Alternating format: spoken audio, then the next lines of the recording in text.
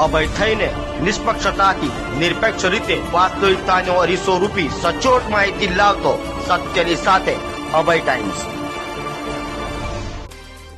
Sachin GIDC police મથકની હદમાંથી કિશોરીનું અપહરણ કરી દિલ્હી લઈ ગયેલા આરોપી અને ભોગ બનનારે સચિન જીઆઈડીસી પોલીસે શોધી કાઢી અટકાયત કરી સુરત લવાયા હતા।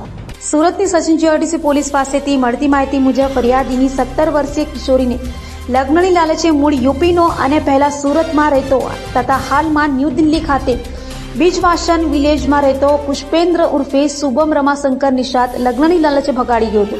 જે અંગે પોલીસ ફરિયાદ નોંધાતા સચિન જીઆઈડીસી પોલીસે તપાસ શરૂ કરી હતી, જેમાં પીઆઈ કે ગોયલના માર્ગદર્શન હેઠળ પીએસઆઈ એચઆર પટેલની ટીમના અનારમાં હેડ કોન્સ્ટેબલ દિગ્વિજય સિંહ અને અલ્કેશે ટેકનિકલ વર્કઆઉટ કરી દિલ્હી ખાતેથી આરોપી પુષ્પેન્દ્ર ઉર્ફે શુભમને ઝડપી પાડી ભોગ બનનાર કિશોરીને તેના ચુંગલમાંથી મુક્ત કરી તેનો કબજો તેના પરિવારને સોંપ્યો હતો। જ્યારે આરોપી પુષ્પેન્દ્ર ઉર્ફે શુભમની ધરપકડ કરી કાયદેસરની કાર્યવાહી હાથ ધરી હતી।